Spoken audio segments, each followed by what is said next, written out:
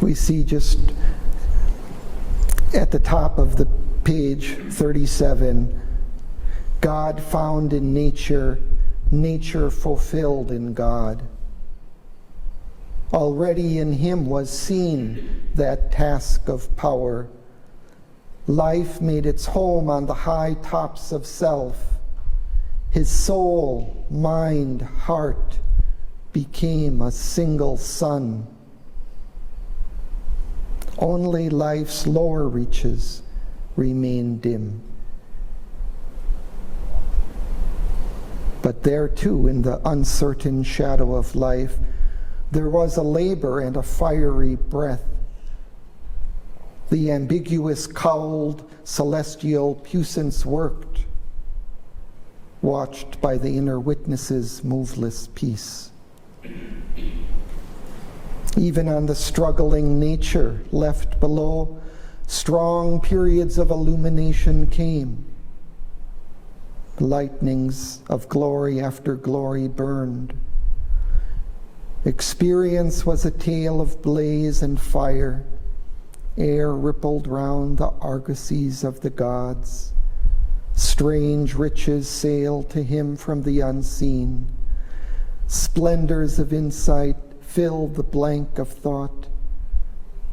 Knowledge spoke to the inconscient stillnesses. Rivers poured down of bliss and luminous force.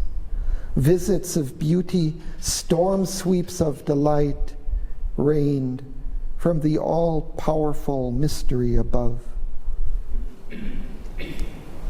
So that's, I think, where we left off last time. And Suresh, would you like to continue from there? Thence stopped the eagles of omniscience. A dense veil was rent, a mighty whisper heard, repeated in the privacy of his soul, a wisdom cry from rapt transcendence, sang on the mountains of an unknown world, the voice that an inner listening ears conveyed to him the propped eterness. The flame-propped outburst of the immortal world,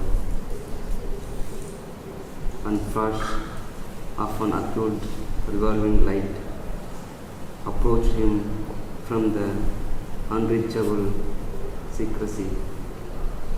Uninspired knowledge sat enthroned within, whose seconds illumined more than reason's years. An ictus of revolving luster field, as if we are pointing ascent upon truth, and like a sky flood, showing all the ground. A sweet, intuitive discernment shown. One glance could separate the true and false, or raise its web, torch fire in the dark, to check the claimants crowding through mind's gates, crowd by the forged signature of the gods, detect the magic bride inner discourse, or scan the apparent face of thought and life. Thank you.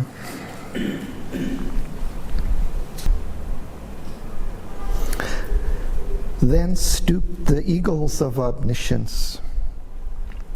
So from that all-powerful mystery above, kind of flying down, stooping, the eagles of omniscience, of an all-knowledge, complete knowledge.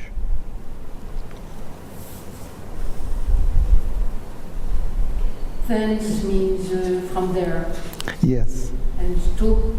Stoop is this kind of soaring downward of the ego.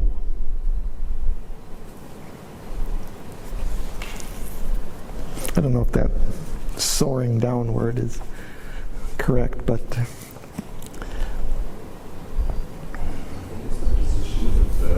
when they kind of approach, they stoop. yeah. They kind of, their bodies forward a bit. Yeah, but this flying down, that's also stooping. Like when they're about to catch a prey, from high above, they can see this vast landscape below them and the wildlife, and then they'll stoop, they'll fly downwards to attack and catch it.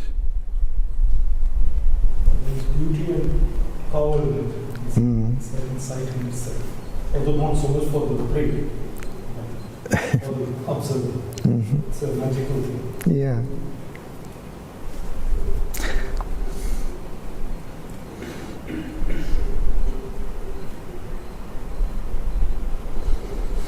And what's interesting in the lines that follow is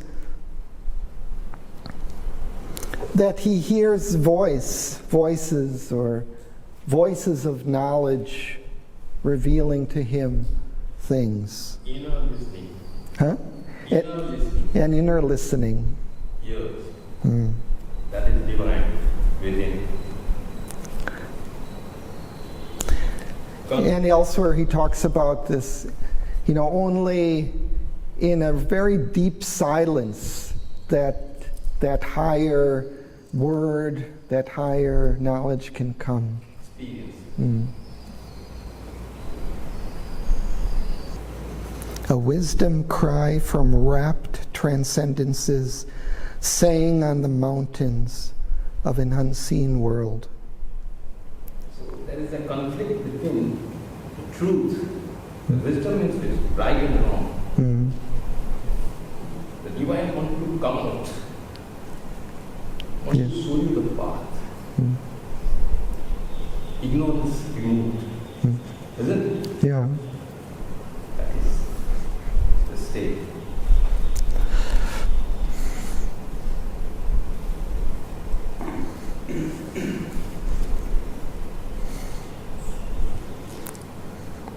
Flame-wrapped outbursts of the immortal word and flashes of an occult revealing light approached him from the unreachable secrecy. So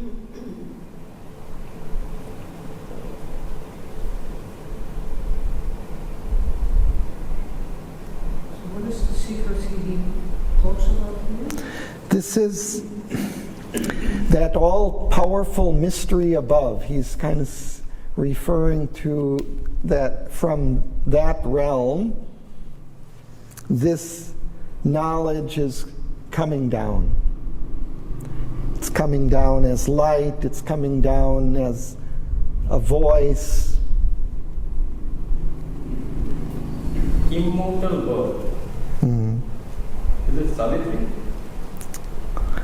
Well, Savitri may be one example of immortal word, yeah.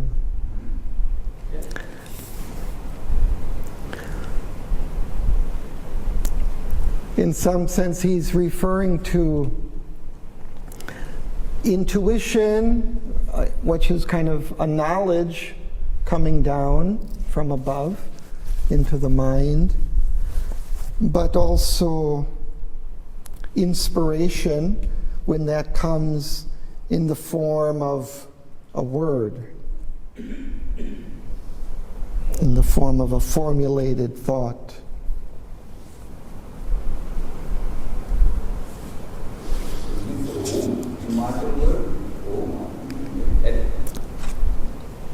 That's one example.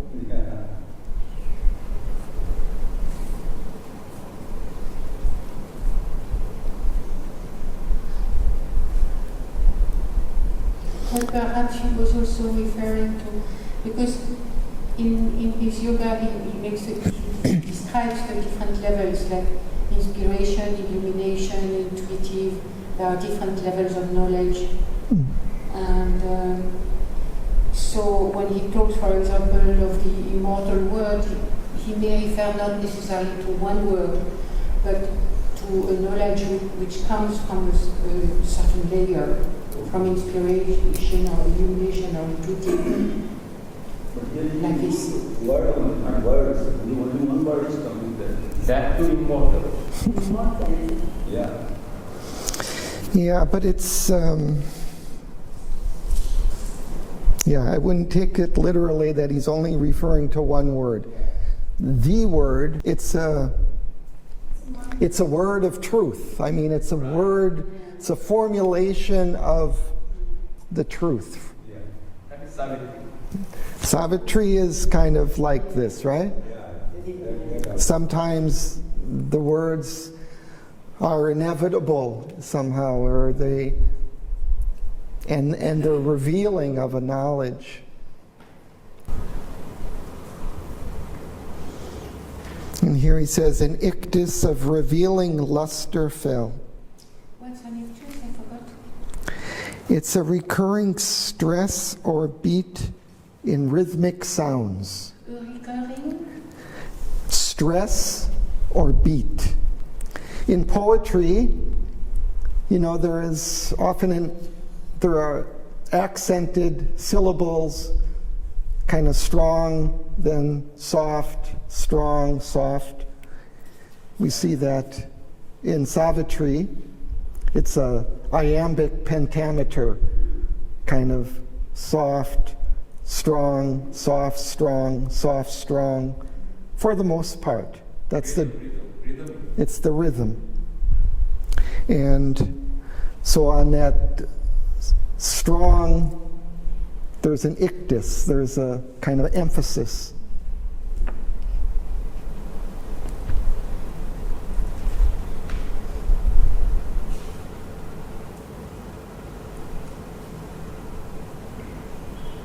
So that puts a kind of an accent upon the truth. Because this is so difficult to translate poetry, because each language has their own rhythm. Right, that's true. Yeah.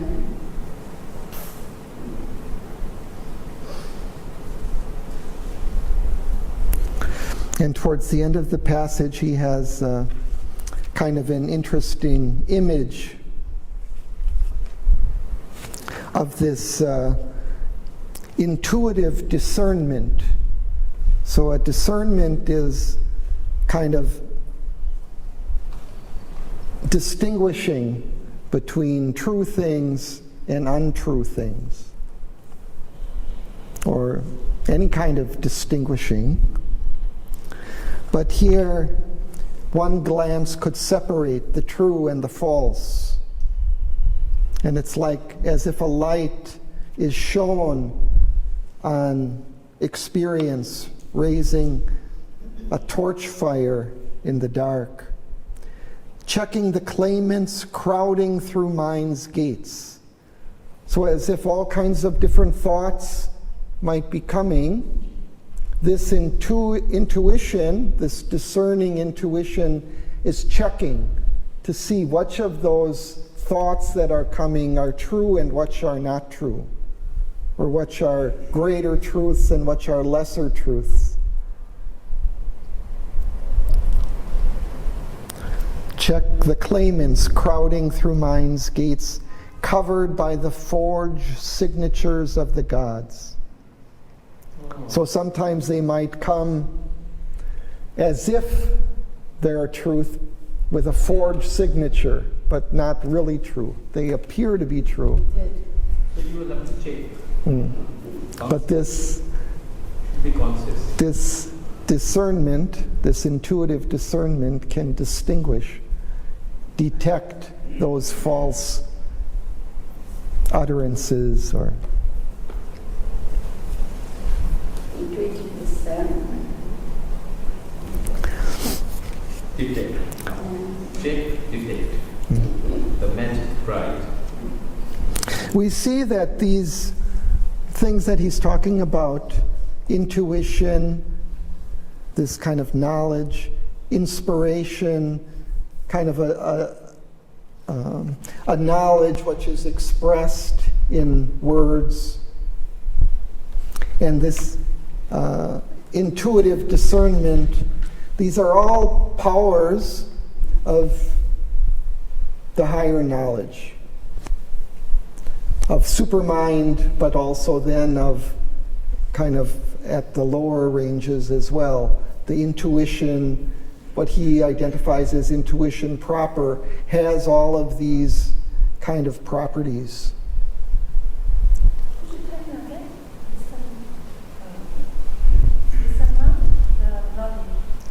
Yeah, he mentions intuitive discernment. So I think like in Sanskrit, maybe this is viveka. You know.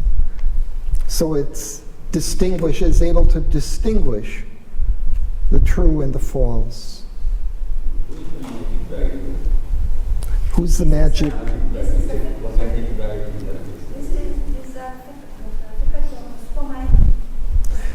These powers are there in supermind, but also in the lower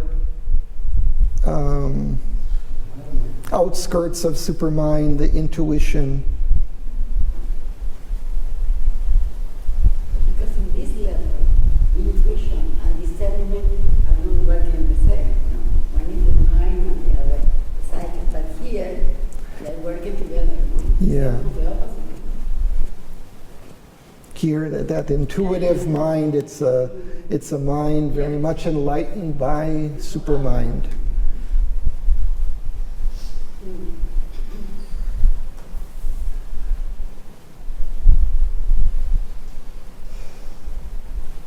In the next passage, he'll speak more of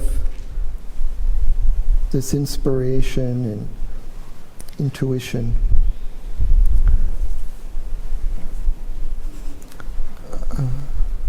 Tinaka, would you like to continue? Inspiration with her lightning feet, a sudden messenger from the all-seeing tops, traversed the soundless corridors of his mind, bringing her rhythmic sense of hidden things. The music spoke, transcending mortal speech, as if from a golden fire of the old bliss, the joy of life, the joy of sudden sight, a rapture of the thrilled, undying word, poured into his heart as into an empty cup. The repetition of God's first delight, creating in a young and virgin time. In a brief moment caught, a little space, all knowledge packed into great worldless thoughts, lodged in the expectant stillness of his death, the crystal of the ultimate absolute, a portion of the inexpressible truth revealed by silence to the silent soul. Thank you.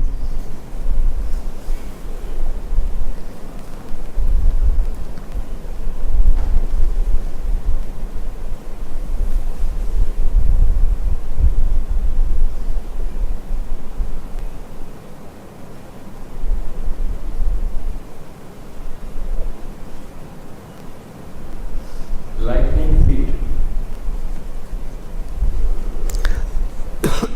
Coming very suddenly, quickly. It's not a laborious process of working things out through logic, through thought. It's all of a sudden there's the illumination, the sight of the truth.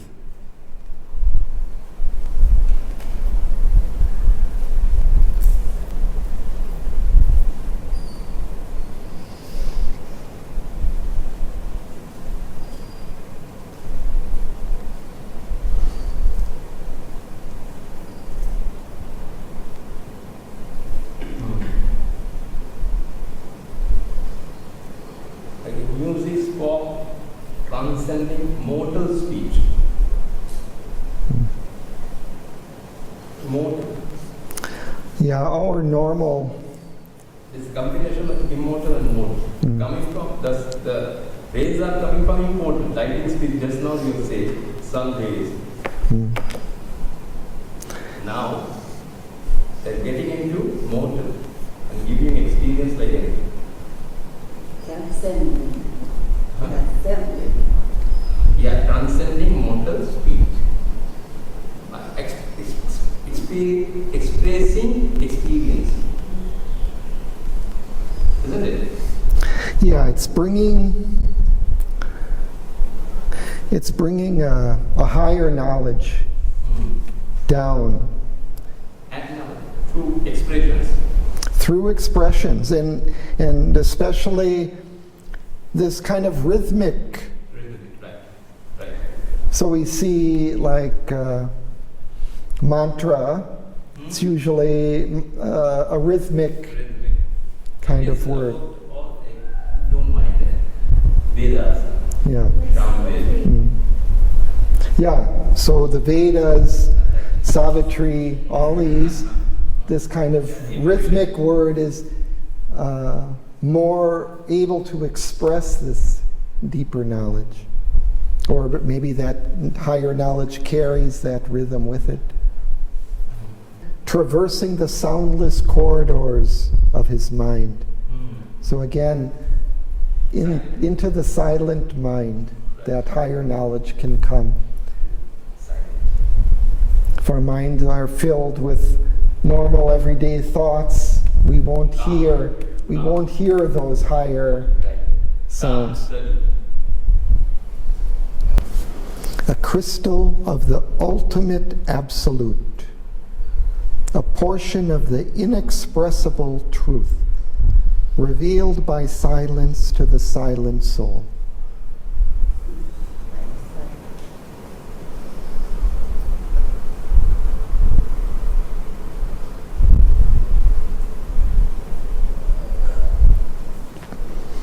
Victoria? Yes. The intense creatrix in his stillness wrote, her power, fallen speechless, grew more intimate. She looked upon the seen and the unforeseen, and vast domains she made her native field.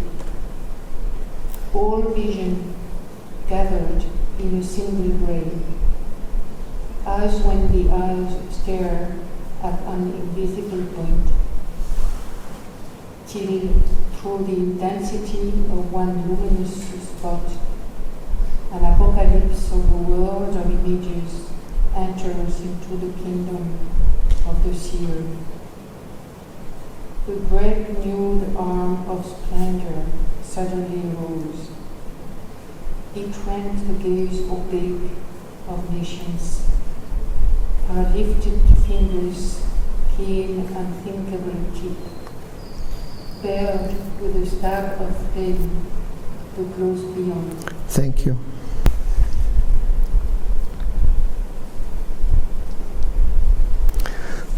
So the passage begins with the intense creatrix in his stillness wrought. So this intense creatrix is that higher nature, that divine nature, represented also by the mother. So in his quiet mind, silent mind, she was working. She also is kind of like that divine word, that expression of the truth. And now it kind of takes another form. Instead of kind of an inspired word, it becomes speechless. And in that, becoming more intimate.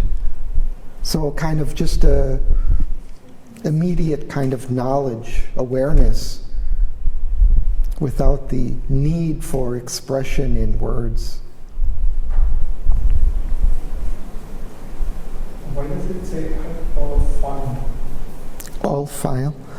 All fun. Where? Our fallen speechless. Her power fallen speechless. Her power fallen speechless. That is what. Yeah, it just means that it's become quiet, it's become silent. Before there was the kind of the word expressive of the truth. Now that word has fallen silent, it has become quiet. And in that silence, it could reveal more directly somehow the truth that it was expressing through the word.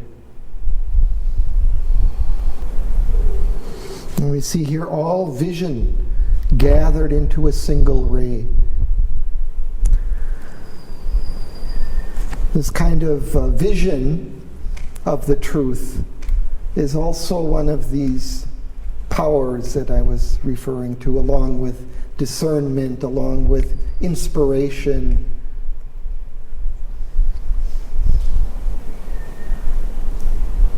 Kind of seeing truth directly. Very next line. And then the eyes stare at an invisible point. Concentration. Yes, there is a kind of a practice, a yogic practice of focusing like on a point of light, on a candle, concentrating the consciousness, and in that focus then something opens, and kind of this world of images, the inner sight can open. Maybe it's the opening of that forehead chakra.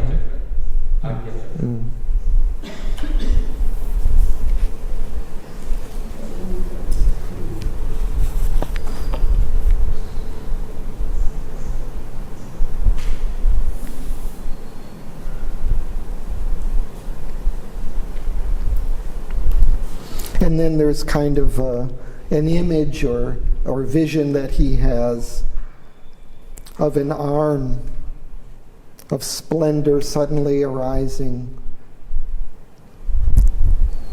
renting the gauze opaque of nescience.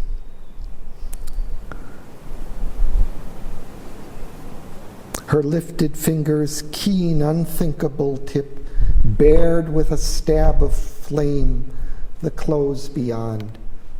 So it's kind of an image of this finger poking through the darkness of the nescience, breaking it open. Now in the next passage that we're going to read, there are some allusions to the Vedas and to the Vedic imagery. And I brought along The Secret of the Veda, and I just would like to afterwards read a few passages from there that illustrate what he's referring to in this passage. So first we can read. Would you like to continue? Would you read?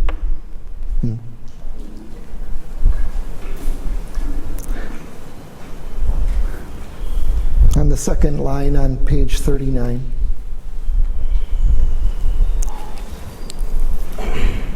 When I awake in voiceless heights of trance, the mind plucking at the unimaginable, overleaping with the soul and perilous bound, the high black wall hiding super conscience, she broken with inspired speech for sight. And plundered the unknowable's vast estate, a glimmer of infinitesimal grains of truth, a sheath binder of infinite experience. She pierced the guarded mysteries of world force, and her magic methods wrapped in 1,000 beams. All she gathered the lost secrets dropped by time, in the nuts and crannies of this mountain road, mid old forsaken dreams of hastening might, and buried remnants of forgotten space, a traveler between summit and abyss. She joined the distant ends, the viewless deeps, or streaked along the roads of heaven and hell, pursuing all knowledge like a questing hound. Thank you. Let's pause. World force. Hmm? Pierce. See, pierce. The guarded mysteries of world force. Hmm.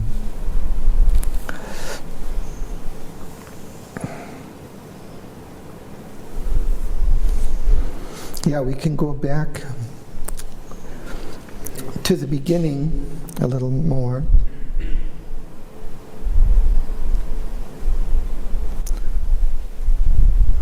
First, there is this I awake in voiceless heights of trance.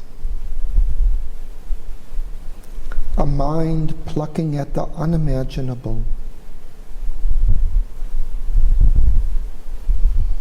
Overleaping with a soul and perilous bound, the high black wall hiding superconscience.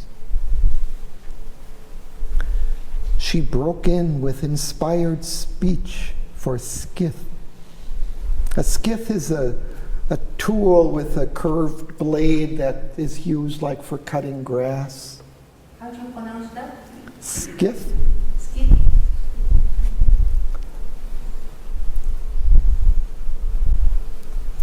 And plundered the unknowable's vast estate. So using inspired speech, he was able to kind of break into this. Is this something mantra? Yes, this is something like mantra. The Vedic seers, recited these mantras in order to attain the higher knowledge. That was one of their main methods. It is a bit strange to see the eye in voiceless heights. I mean, one wonders what is the relationship between the eye and the voice. Deep concentration. Concentrate deep. There is no voice. Yeah, again, kind of silent. Right? Silent. Yeah, voiceless, I understand it's silent. But the eye in the silent, in the voice, I guess, voiceless. Yeah, and again, we were talking, I was mentioning earlier that there was this, her power fallen speechless grew more intimate. Remember? That was at the beginning. Yes. So this is kind of the same thing. Instead of that inspiration or that voice formulation of truth through words, there is a silent knowledge.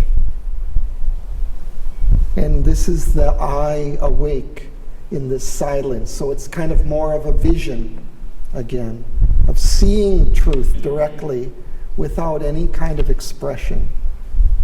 So that silence makes the vision bigger and stronger.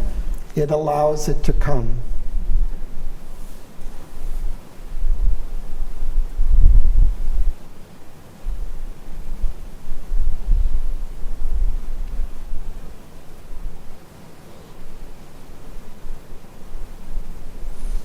But then there's this inspired speech, again referred to in order to kind of pluck at the higher knowledge, to try to break into the estate of the higher knowledge.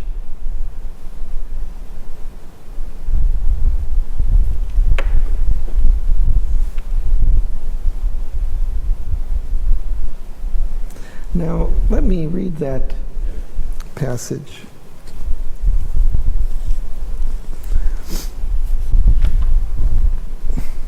There's a,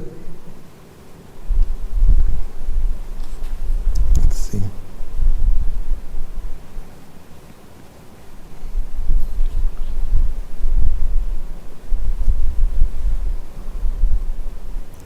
It's a few passages that I've selected from a couple of pages, from page 139 to 141. So here he says, for them, and here he's referring to the seers, the illumined minds, Kavi of the Vedic age. So he says, for them, these material objects were symbols of the immaterial. The cows were the radiances or illuminations of a divine dawn. The horses and chariots were symbols of force and movement. Gold was light, the shining wealth of a divine sun, the true light, Ritam Jyotihi. Both the wealth acquired by the sacrifice and the sacrifice itself in all their details symbolized man's effort and his means towards a greater end, the acquisition of immortality. The aspiration of the Vedic seer was the enrichment and expansion of man's being. The birth and the formation of the Godheads in his life sacrifice. The increase of the force, truth, light, joy, of which they are the powers, until through the enlarged and ever-opening worlds of his being, the soul of man rises, sees the divine doors swing open to his call, and enters into the supreme felicity of a divine existence beyond heaven and earth. This ascent is the parable of the Angiras Rishis. And then a little further down, but ordinarily the Rishis image the acquisition of this wealth as a conquest effected against certain powers. The Dasyus, sometimes represented as possessing the coveted riches which have to be ravished from them by violence, sometimes as stealing them from the Aryan who has then to discover and recover the lost wealth by the aid of the gods.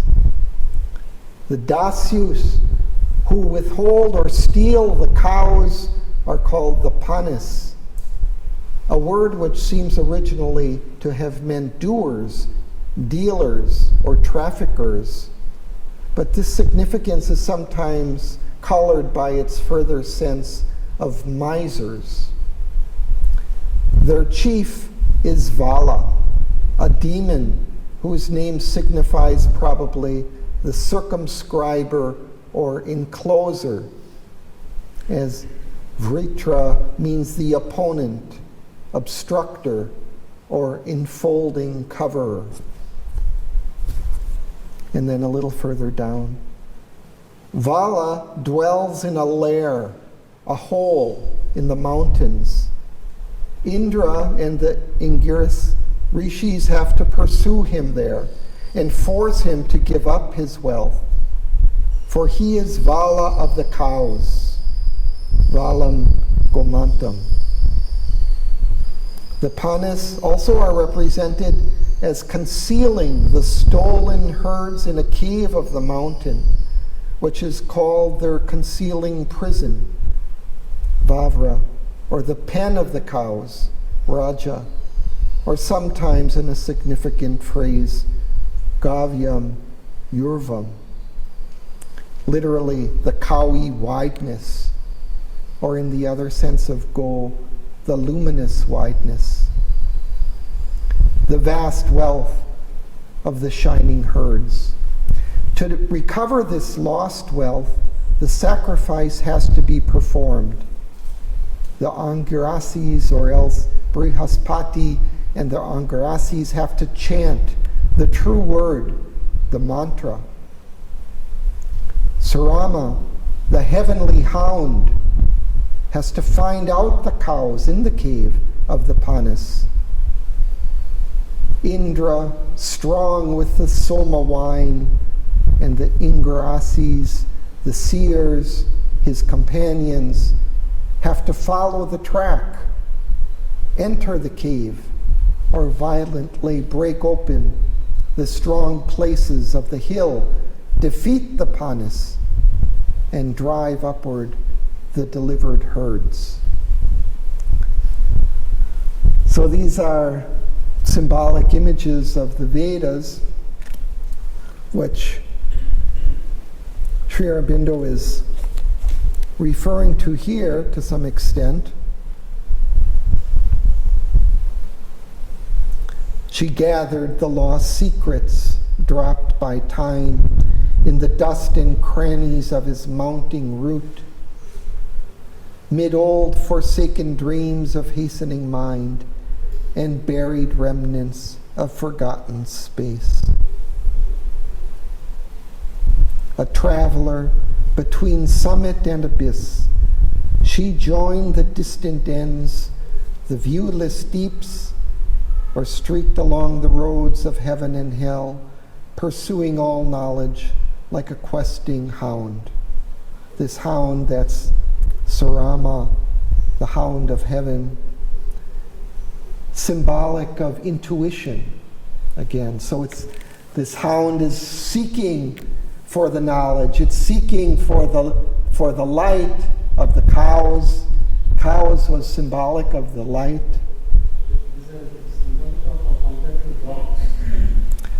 Yeah, a questing hound is a kind of a type of dog that sniffs out whatever it may be seeking. So it's looking, questing for those cows that are hidden in the darkness.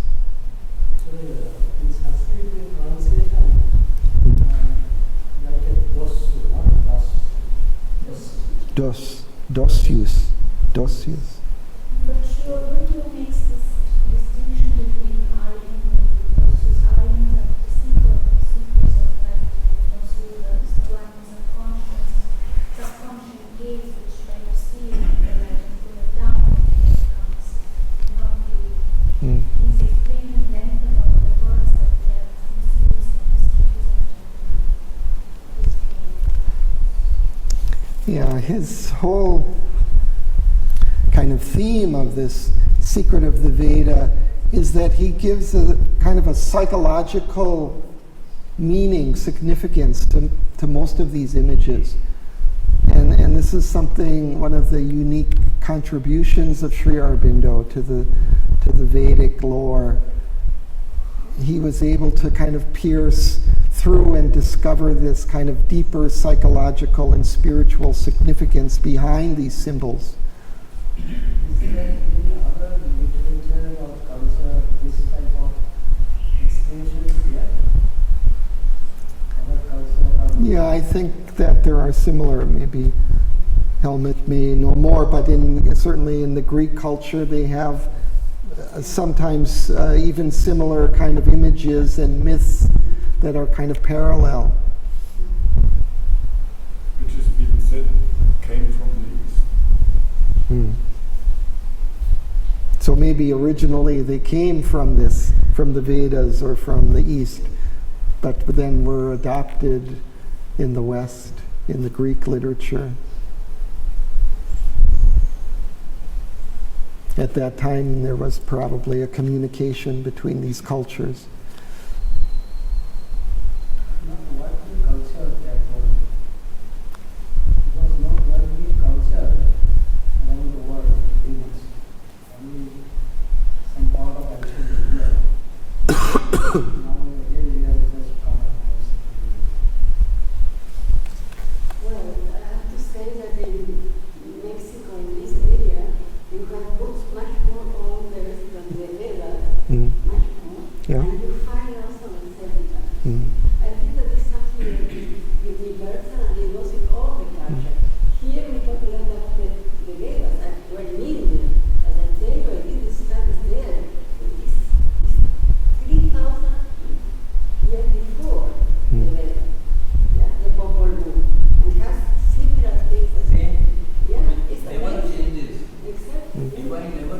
Mm. That's what you say.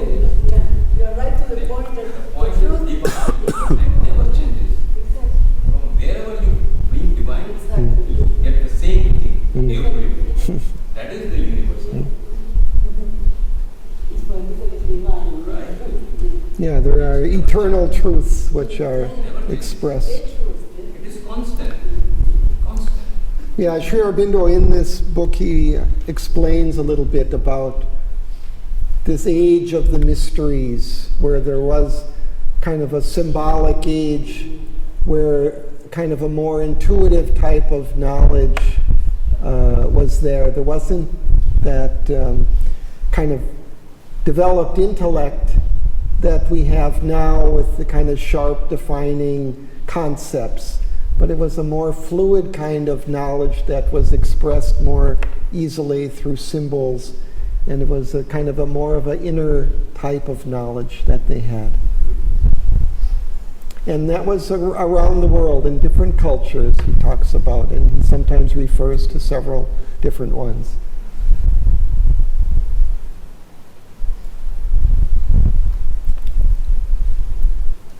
We'll see a little bit more of these same images from the Vedas that are expressed in the pages that follow.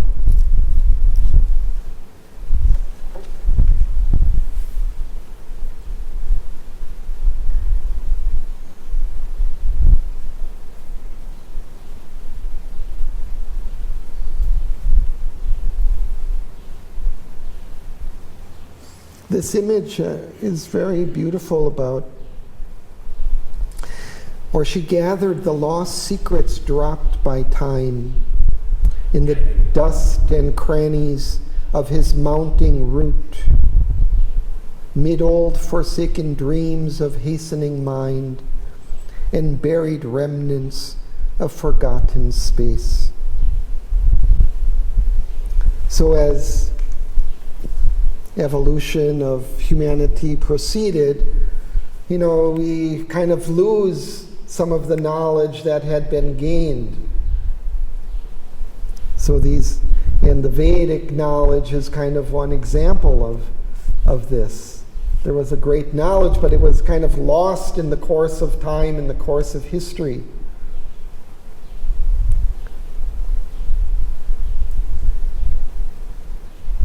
Lost in the dust and crannies of his mounting route.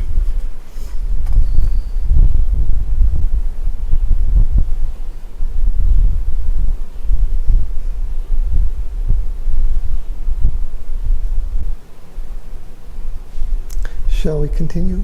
Would you like to? A reporter and scribe of hidden wisdom dawn, a shining glimpse of celestial speech, passed to the task office of the occult mind, transmitting aid to prophet and to seer, the inspired body of mystic truth, the recorder of the imperial regards, spokesman of the silent scenes of the supreme. She brought immortal words to mortal men, above the region's brilliant splendor God, reveals the radiant aid dimly unknown. Broad spaces of a vision without line are moving strong in the spirit's tent.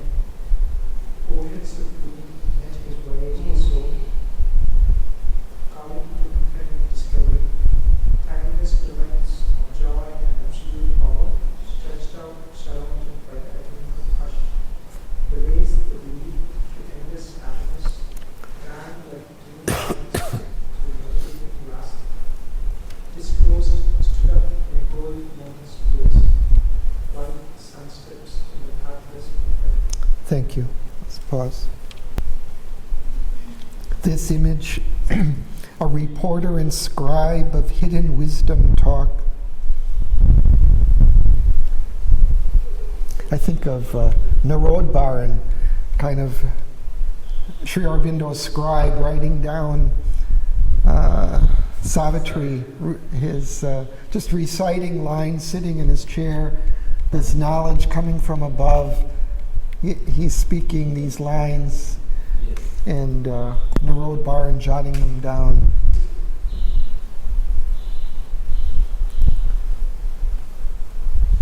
But here he's kind of listening to this, again, this kind of inspired knowledge passing through the mind, coming down from above into the mind, occult mind, transmitting, gave to prophet and to seer the inspired body of the mystic truth. A recorder of the inquiry of the gods, spokesman of the silent seeings of the Supreme, she brought immortal words to mortal men. Rishi Aurobindo say, you just read Savitri. Savitri will make you understand Savitri. Every word will speak with you. This is what is.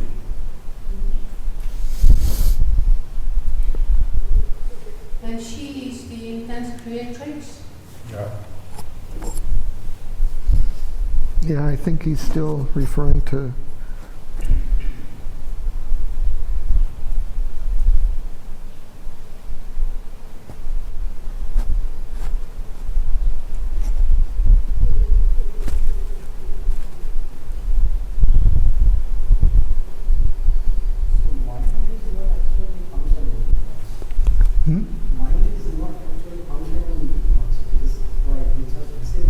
it's more receiving, yeah.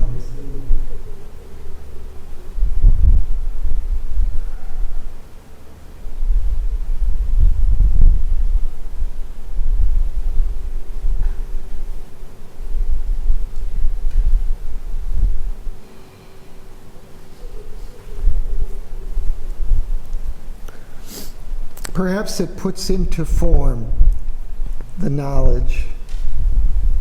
It gives a kind of a, it can put it into words in a way, or inspired words.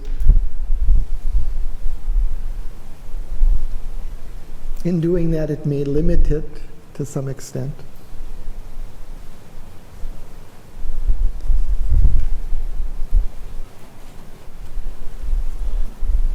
But in that way also it can help us or help others to find that, silent knowledge, or so it's a realm in between that brings down knowledge to men and helps men towards that knowledge.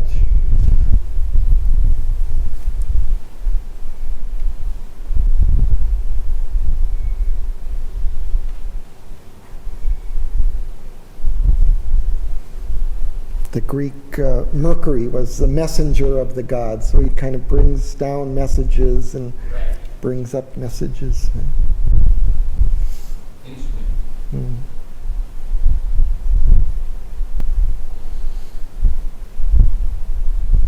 And then again, he goes from these immortal words, then above the reason's brilliant slender curve, released like radiant air, dimming a moon, broad spaces of a vision without line or limit swam into his spirit's ken. Oceans of being met his voyaging soul. So again, kind of above that word or formulated thought, there is kind of a more direct knowledge or a vision.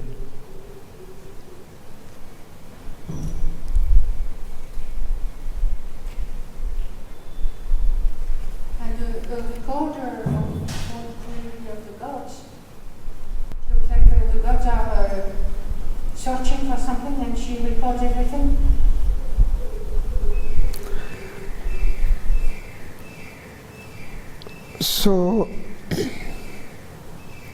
So this is kind of that intuitive knowledge or intuitive mind. It's noting down these higher inspirations that are coming from above, recording them.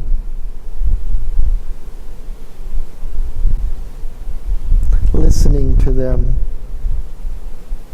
I think in the ashram museum, which is in the library that windows, where it's written that the entire aria that he wrote, it came silently, like flowing down with silent mind, which he calls intuition. And that's how we were all, so if I had written with my mental mind, it would be impossible for me to write in this short period. I was just simply letting things down, which came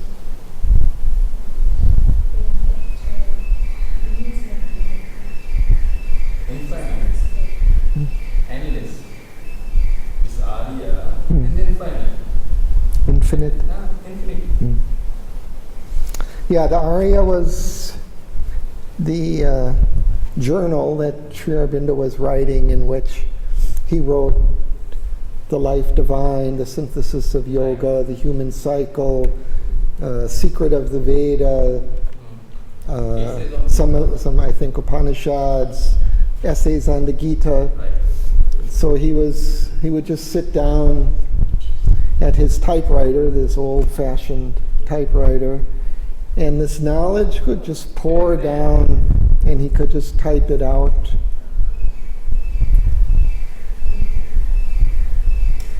He didn't have to laboriously think and figure it all out. It was a knowledge that just came from above, revealed to him.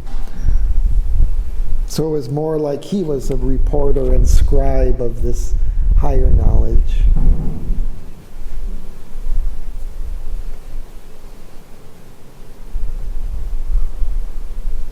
But still, he is a great poet. Yeah? Still, he was a great poet. Yeah. If not, he couldn't get it. A great poet. He was always a poet from his childhood. He was. Very special. Maharishi, the best among the rishis.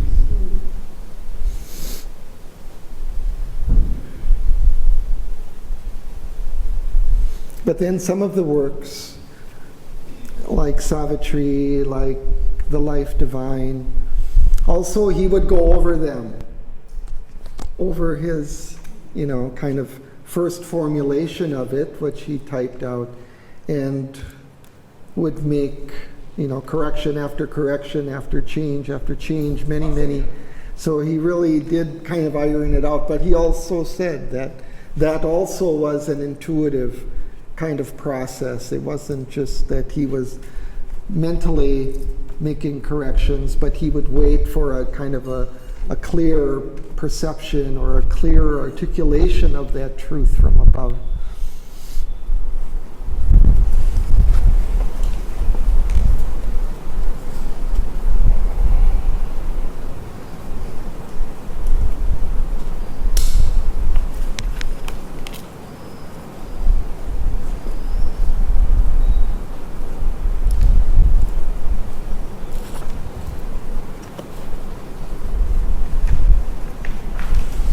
And towards the end of this passage, the ways that lead to endless happiness ran like dream smiles through meditating vasts, disclosed, stood up in a gold moment's blaze, white sun steps in the pathless infinite. Now these steps are like vast, treeless tracts of flat land.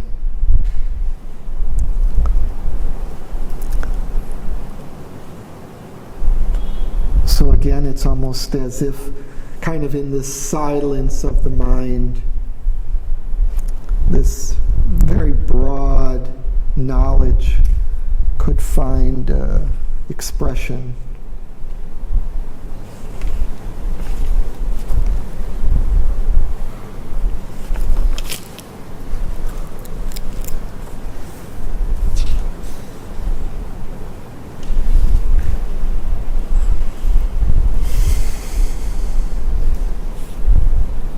Shall we pause there for today?